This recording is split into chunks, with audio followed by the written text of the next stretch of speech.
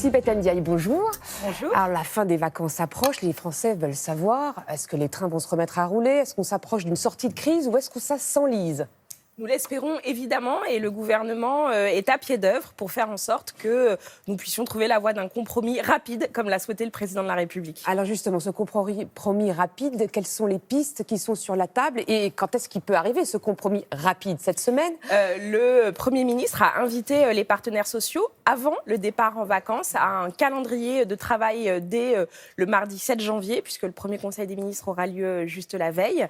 Ce calendrier de travail, c'est travailler à la fois sur la manière dont on aménage la fin de la carrière professionnelle des individus. Est-ce qu'on peut se mettre à temps partiel? Parce qu'on sait que c'est des éléments qui sont importants dans un certain nombre de métiers.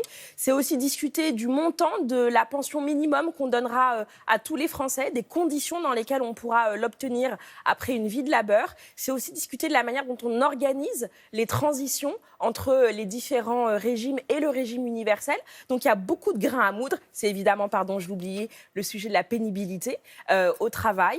Comment est-ce qu'on le retranscrit dans la fonction publique? Donc beaucoup de grains à moudre, beaucoup de choses sur la table aujourd'hui. Alors à propos de la pénibilité, le président a dit que certaines tâches, ceux qui exercent des tâches difficiles pourraient partir plus tôt à la retraite. Est-ce qu'on va vers un assouplissement de l'âge pivot à 64 ans pour partir à taux plein sur des métiers pénibles? Mais nous avons déjà eu l'occasion de le dire, et c'était déjà dans le rapport Delevoye du mois de juillet. Évidemment, tout le monde ne partira pas au même âge à la retraite, à l'âge pivot, pour la bonne et simple raison que le principe même de la pénibilité, de la prise en compte de la pénibilité, c'est vous offrir la possibilité d'avoir une sorte de bonification pour partir plus tôt au nom de votre pénibilité au travail. Le rapport Delevoye dit justement qu'on pourrait partir 2 ans plus tôt que l'âge pivot, donc 62 ans, âge pivot à 62 ans pour certains métiers pénibles. Ça peut aller au-delà, ça peut être ça?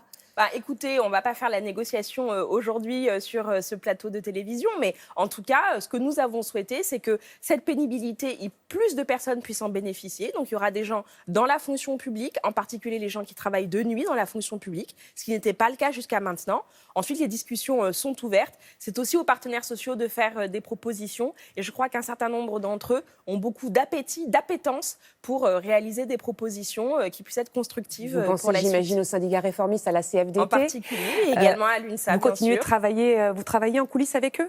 Écoutez, c'est habituel dans une négociation sociale. Il y a des moments qui sont des moments officiels où on peut caler définitivement les choses, mais il n'y a pas de dialogue social qui ne soit pas bien préparé. Donc il y a de la préparation évidemment en coulisses et des contacts. Alors, pour assouplir cet âge pivot, la CFDT demande qu'on assouplisse aussi les critères de pénibilité. Vous êtes prêt à ça? Bien, écoutez, comme je vous le disais, on ne va pas se faire la négo maintenant, tout de suite. Je ne vous demande pas quels critères. Non, je ne vous demande pas quels critères. Mais déjà, pour retranscrire dans la fonction publique le sujet du travail de nuit, il y a déjà des propositions qui ont été mises sur la table par le gouvernement pour réduire le nombre de nuits par an qu'il faut avoir effectuées pour pouvoir bénéficier de cette pénibilité-là. Les choses sont sur la table et je crois qu'on peut continuer à travailler dans les semaines à venir. Il y a la question de la retraite, du minimum retraite qui est fixé à 1 000 €. Est-ce que les critères pour obtenir ce minimum retraite pourraient être assouplis? Oui, tout à fait. Ça fait partie des discussions que nous avons aujourd'hui. Et je vais vous dire même le montant de ce minimum retraite que nous avons fixé pour notre part à 85% du SMIC net peut faire l'objet d'améliorations. Et c'est ce que nous souhaitons discuter avec les partenaires sociaux. Vous avez l'air assez optimiste. Vous pensez pouvoir conclure un compromis avec justement les syndicats réformistes? J'imagine que les syndicats les plus radicaux... En politique, j'ai toujours de l'optimisme. L'optimisme de ceux qui ont la conviction qu'on est en train de mener une réforme qui est importante pour la France. Une réforme de justice pour ceux qui sont ce que j'appellerais, moi, de manière presque provocatrice, les prolétaires d'aujourd'hui. Ceux qu'on ne regarde pas. C'est la femme de ménage qui s'est levée ce matin à 4 heures du matin, qui a galéré parce qu'elle n'avait pas de transport et qui, à la fin de sa carrière professionnelle, devra sans doute aller au-delà de 64 ans, peut-être 65, peut-être 66, peut-être 67. C'est à cette femme-là que je pense, moi-même en tant que femme, pour cette réforme des retraites. Pourtant, en 30 jours de grève, vous n'avez pas réussi à retourner l'opinion en votre faveur. Comment ça se fait ? Je crois que quand on parle de retraite, il y a toujours de l'inquiétude. C'est un moment donné très particulier de sa vie, c'est plutôt la dernière phase de sa vie qu'on aborde et donc ça génère de l'angoisse. Mais j'entends aussi les Français qui nous disent qu'il faut de l'égalité, de l'équité, qui réclament la fin des régimes spéciaux. Et je vois aussi que ceux qui sont Aujourd'hui, les plus mobilisés sont justement ceux qui sont titulaires de ces régimes spéciaux. Alors, vous l'avez dit, les négociations commencent le 7 janvier, mardi prochain. Pourtant, en coulisses, le gouvernement bricole des concessions à certaines catégories professionnelles. Et du coup, est-ce que ça brouille pas un peu le message ? Alors, il ne s'agit pas de concession, il s'agit d'être toujours dans l'esprit de ce que nous avons souhaité. D'abord, on a fixé une règle, on a dit que cette réforme ne concernerait, parce que c'est une question de contrat moral, social en quelque sorte, que les gens qui sont à plus de 17 ans de la retraite, de l'âge légal de la retraite.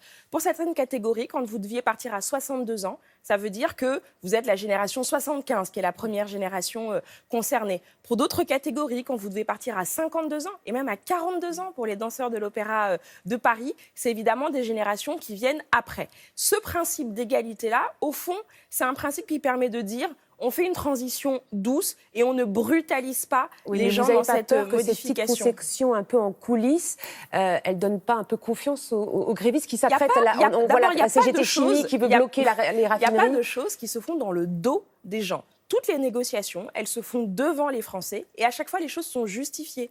Pour les pilotes à qui on permettra de partir à 60 ans, il existe aujourd'hui des réglementations européennes qui font que dans un cockpit, vous êtes obligé d'avoir au moins une personne, un pilote de moins de 60 ans. Donc on ne va pas mettre les gens en danger par rapport à des réglementations qui existent. Donc c'est normal qu'on adapte les choses. Et vous n'avez pas envie d'avoir un policier qui court dans une brigade anticriminalité à 63 ans ou à 64 ans après des criminels. Toute dernière question très rapidement. Les vœux du 31, les oppositions ont dit que le président était déconnecté des réalités. Qu'est-ce que vous avez à lui répondre ? Écoutez, que les oppositions s'opposent, somme toute, c'est normal.